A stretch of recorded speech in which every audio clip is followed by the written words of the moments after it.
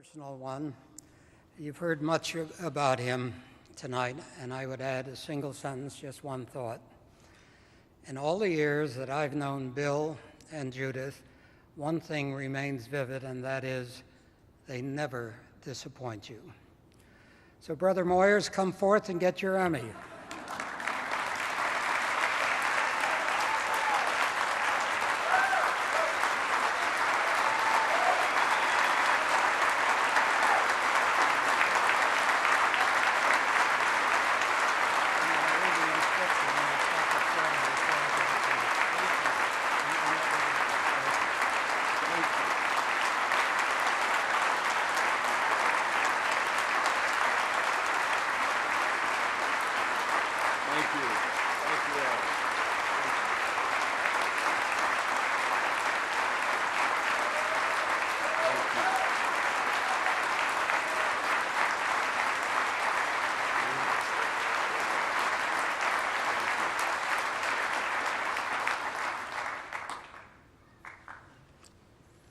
Bill, the inscription reads, "For over 3 decades of outstanding contributions to broadcast journalism, Bill Moyers' passionate commitment to journalism and the public interest stands as an exemplary contribution to what he himself has so aptly termed the conversation of democracy."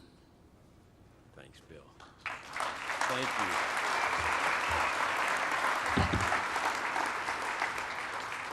Well, thank you. After all of those eulogies, I have to take my pulse to see if I'm still here. Since I've only lived 70 years, plus 2, I've only given 4 minutes to respond.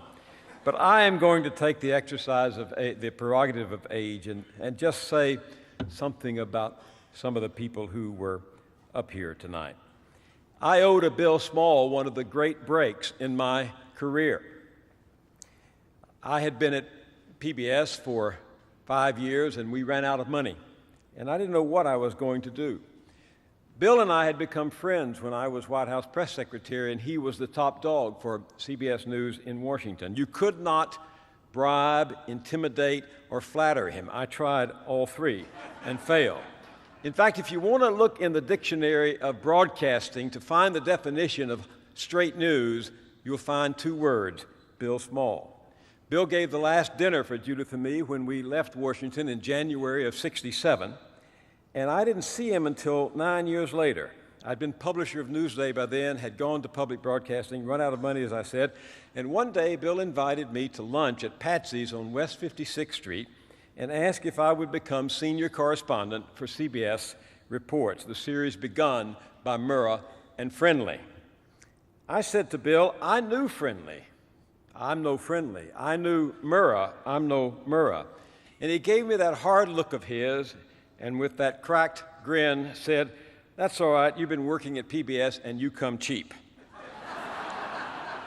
I did, but it was a turning point in my life.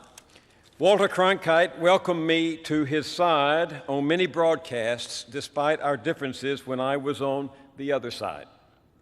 You may have heard about the famous tiff we had when I thought something on the evening news was unfair, and I called Walter from my White House office to complain. We had quite an exchange.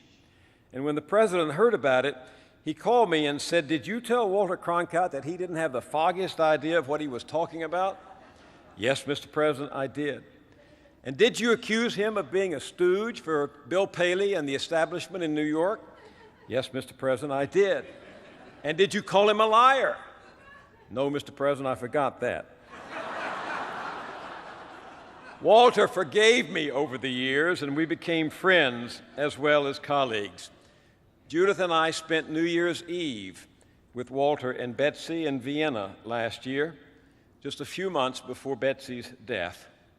What a time it was. Fireworks at midnight, champagne, which I didn't drink being a good Baptist, glorious music, and long meals as the 2 of them regaled us with stories going back to their days at United Press and Forward. You heard it here, young people. Those moments of collegiality survive when the celebrity and the adrenaline have failed. With thanks to you, Tom Johnson, I picked Tom out of the litter as my White House assistant when he was 22. I was 29. Some people thought I did it because I was impressed with his Harvard MBA. I did it because I saw he had been a reporter on his local newspaper in Macon, Georgia, and I had started on my local newspaper in Marshall, Texas. Some people looked at Tom and saw the acorn. I saw the oak.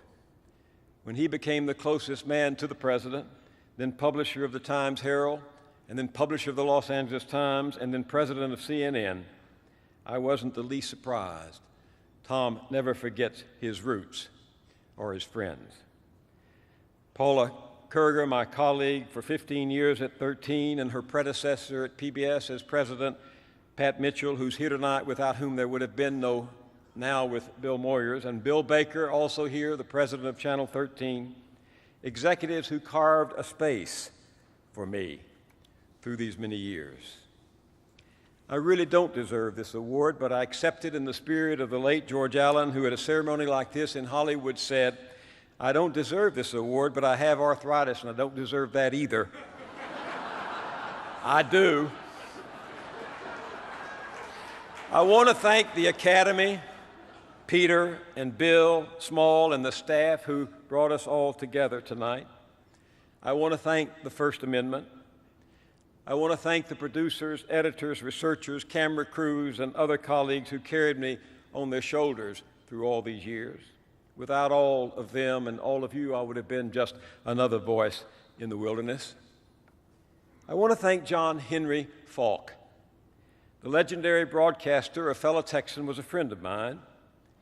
He had been targeted and tormented and driven from the air by the venomous right, but he fought back with great courage and wit to put them to shame. In his last interview before his death, John Henry told me the story of how he and Boots Cooper were playing in the chicken house in the outskirts of Austin when they were about 12 years old. They spied a chicken snake in the top tier of the nest, so close that it looked like a boa constrictor. All our frontier courage drained out of our boots, John Henry told me. Actually, it trickled down our overall legs. And Boots and I made a new door through that hen house wall. Boots' mama came out and, learning what all the fuss was about, said to the boys, "Don't you know chicken snakes are harmless? They can't hurt you."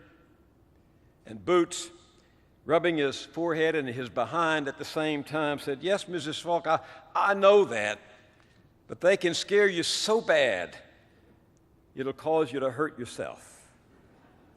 John Henry Faulk never forgot that lesson. When my legs go weak and my heart races and I grow timid, I try not to forget it either. So tonight, I especially want to thank my funders. I chose to follow my bliss, to be an independent journalist. Our country doesn't especially like independent journalists. They make you see many things people prefer not to see, and they say things that many wish were left unsaid. I feel strongly about this. I grew up in the South. We drove the truth about slavery from the newsroom, from the classroom, and from the pulpit. It took a bloody civil war to drive the truth home. I served in the LBJ White House. We circled our wagons and mocked the courageous reporting from Vietnam of the David Halberstams, the Peter Arnett's, and the Morley Safers, with tragic consequences for America and Vietnam. Not to repeat that mistake became the driving force of my work. I had to learn that what matters in journalism is not how close you are to power, but how close you are to the truth. I told myself over and over again that the news photographer in the Tom Stoppard play was right who said, "People do terrible things to each other, but it's worse when everybody else is kept in the dark." Independent journalism doesn't come easily. Unless you're willing to drive the people you're working with nuts, going over every last detail to get it right, and then take hit after hit accusing you of bias, there's no use even trying it. You have to love it, and I do. I remember what I.F. Stone said about this. I.F. Stone drove us crazy at the White House, but he was right. He brought down on his head the sustained wrath of the high and mighty with his little 4-page weekly of fact-based journalism. No matter how much the powers that be pummeled him, Izzy Stone said, "I have so much fun, I ought to be arrested."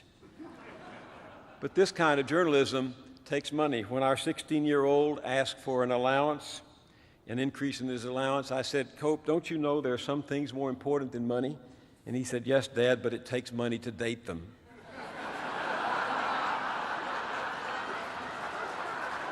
Without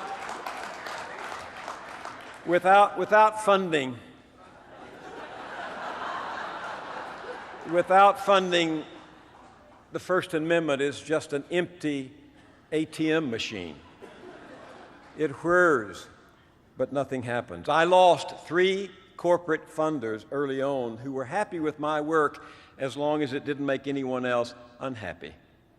Losing your funding as an independent journalist can set the yellow light of caution flickering in the back of your mind. But I was one of the lucky fellows. When I left CBS for the independent life of a journalist, invisible hands, as Joseph Campbell would say, arrived to lift me. Mutual of America Insurance Company, Tom Moran is here tonight, became my sole corporate sponsor and has remained so for 15 years through all the controversial programming that we have done. The MacArthur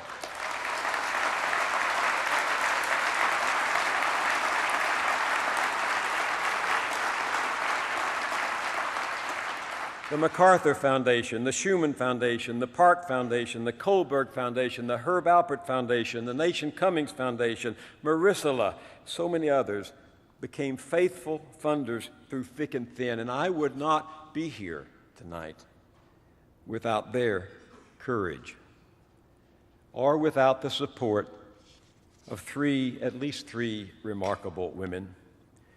One is Judy Doctoroff. She's out there right now. She joined us soon out of Yale after a short stint at NBC 20 years ago when we started Public Affairs Television with $300,000 from the Schumann Foundation. She's done it all, from production assistant to producer to executive producer, and now the president of our company. Judy, stand up.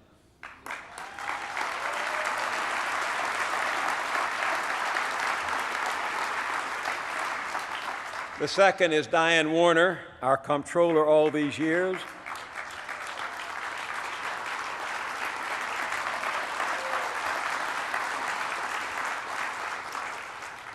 And a soul sister to everyone who's come through there. And then there is, of course, Judith Davidson, my companion, partner, and wife since I was 20 and she was 19. The co-creator of hundreds of hours of programming, my executive editor in all we do, my executive producer from time to time, the strongest voice in the room for doing what's right, a journalist in her own right. One fine September day, 54 years ago, I fell in love with her. And through all the ups and downs, through all the good and the bad, through all the vicissitudes of life and journalism, my love for her has been the constant of my life. We both are so happy tonight to be among all of you who do the best work in our business. Thank you.